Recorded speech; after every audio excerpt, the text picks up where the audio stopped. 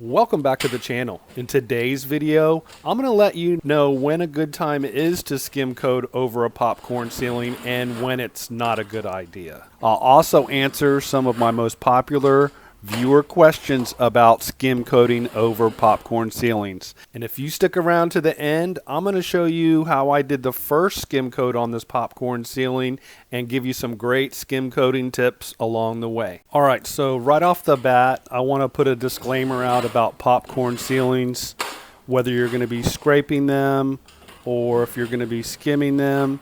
You need to know this. Any popcorn ceilings applied before 1981 needs to be tested for asbestos. They quit putting asbestos in the popcorn mixes in 1978, but the manufacturers were allowed to make a backstock of the popcorn ceiling mix. So that's why I add on another 3 years, just so the backstock could have got used up. So anything before 1981, get that tested for asbestos. You don't want to go scraping your popcorn ceiling and getting that asbestos dust all over your home. I do have some of the asbestos test kits and lead test kits in my Amazon influencer store.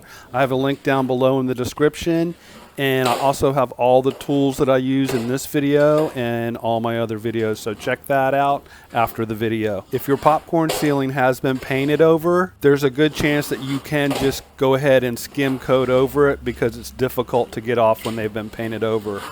But if it hasn't been painted over, don't even try to skim coat over it because it's just going to bubble and blister and fall off. Yes, you want it to come off, but not that way. You're better off scraping it. Just wet it with a pump sprayer and then scrape it. What I'm using is a 14-inch drywall taping knife and mud pan to do this skim coating work. I found that's a lot better than the 12-inch, but if that's all you have, a 12-inch will do fine. So the first question I want to answer is, I get it a lot in the comments. Oh, and by the way, if you have a question about skim coating, go ahead and leave it down in the comments once this video is over, and you might get featured in another video. Like I said, I'm using a 14-inch drywall taping knife and pan, and I'm just getting the mud up there and smoothing it out. This is the second round of skim coating over this popcorn ceiling, and as you can see, it's looking pretty smooth, so I'm happy about that. Coming up, you'll see how I did the first coat on this same section. So my first question I'm going to answer is, why don't you use a paint roller like you've seen in some of my other videos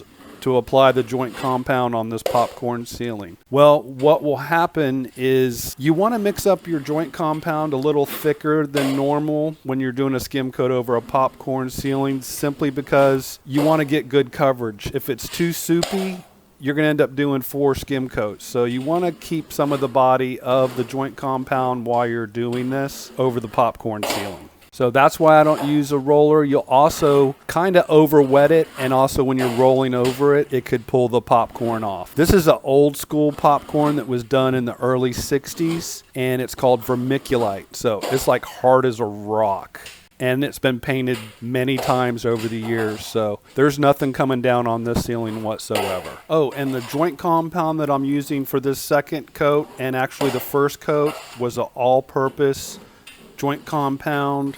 It's made by USG, and it has the dark green lid. I like the all-purpose because it has more glue in it, which equals better adhesion, so that's what you're looking for on, say, a popcorn ceiling like we're doing today, or if you're going over a painted surface with the skim coat.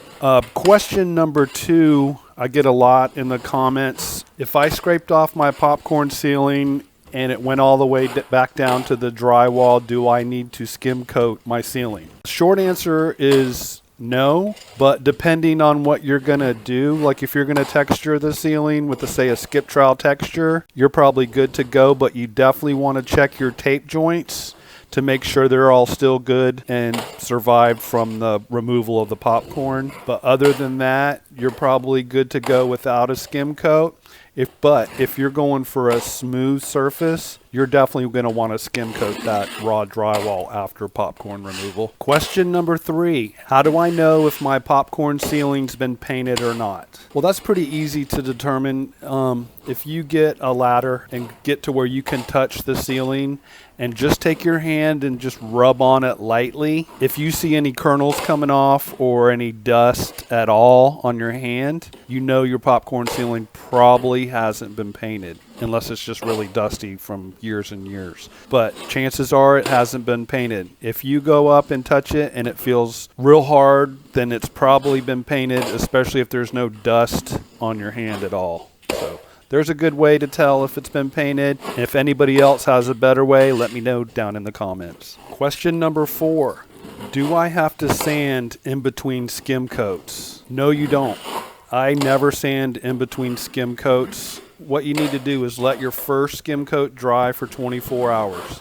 Then take a 6-inch drywall taping knife and just go around and just lightly scrape off any of the ridges from the knife or any chatter marks, or if you just see a spot where there's a little bit of extra joint compound, like a bump, you can just scrape that down, and then you can do your second skim coat after that. So unless you like to sand, it is not necessary to sand in between coats. And honestly, I don't like to sand in between coats because then you have the dust to contend with on the ceiling and your skim coat doesn't want to stick as good. So all right, so here's the first skim coat I did right over the popcorn. You're going to want to watch this because I give some great tips. So this is an older painted popcorn ceiling, so it basically will not scrape off. There's no other options but to either skim coat or put new drywall over the top, or demo the ceiling and hang new drywall. So the customer opted for me just to skim coat this popcorn ceiling and then do a skip trowel texture when it's all done. So that's all going to be later in the series, so stay tuned for all that. Basically, I'm getting the joint compound up on the ceiling. I'm going to smooth it all out. But you can see I'm placing the mud on one side of the knife or the other. That way I'm not piling it up. And also I'm not making a mess. It controls where I put the mud. And you want to keep your joint compound a little thicker than you would if you were skim coating a smooth surface. So I barely add any water when I'm mixing up the joint compound to skim coat over a painted popcorn ceiling or any type of heavy texture. You want to keep the thickness of the joint compound as it comes out of the bucket, basically. Just thin out any bubbles or make it nice and creamy. So again, I'm just wiping it down after I got the mud up. I'm putting pressure on the right side of the knife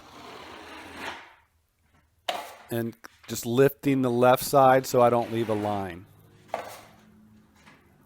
And you can see these chatter marks, or those little ridges. I'm going to smooth those out again. I'm going to go the opposite direction as I'm doing right now. I'm going to apply a little more joint compound though. So this is going to be a really good base coat. I get a lot of questions on why I use the all-purpose joint compound for skim coating.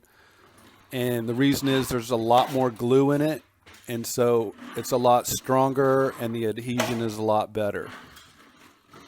To me, the lightweight mud is just a little too soft, not as strong. So here I'm going again in the opposite direction, which is going to take most of these ridges away. And again, this is the first coat. I'm going to do a whole nother round of skim coating. So doesn't have to be perfect, but you don't want to make a mess or have big piles of mud anywhere. You want to keep it consistent. Now between coats, I do not sand. I'll take my 6-inch drywall taping knife and just kind of scrape any high areas or ridges before I do my second round of skim coating.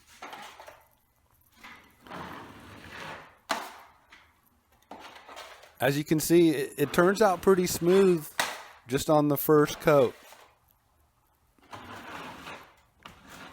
And you might be able to get away with it since we're doing a skip trowel texture.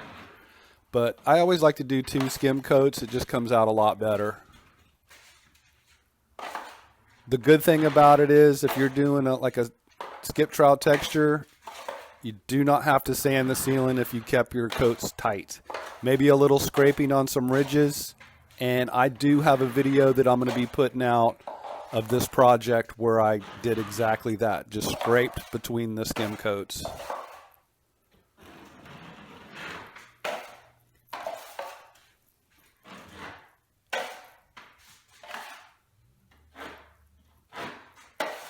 And when you're pulling, you want to keep the side of the knife that's going over the popcorn kind of raised, or you're going to get some heavy chatter marks or ridges.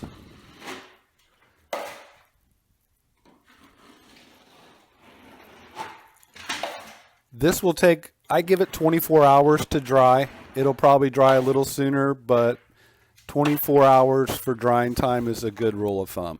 All right, so here's what the ceiling looks like after that little bit of skim coat. And if you enjoyed this video, leave me a hashtag drywall tube down in the comments. I really appreciate that. And if you want to catch the next video or any of my upcoming videos, be sure to hit that subscribe button now in the center of the screen to keep up with all my videos.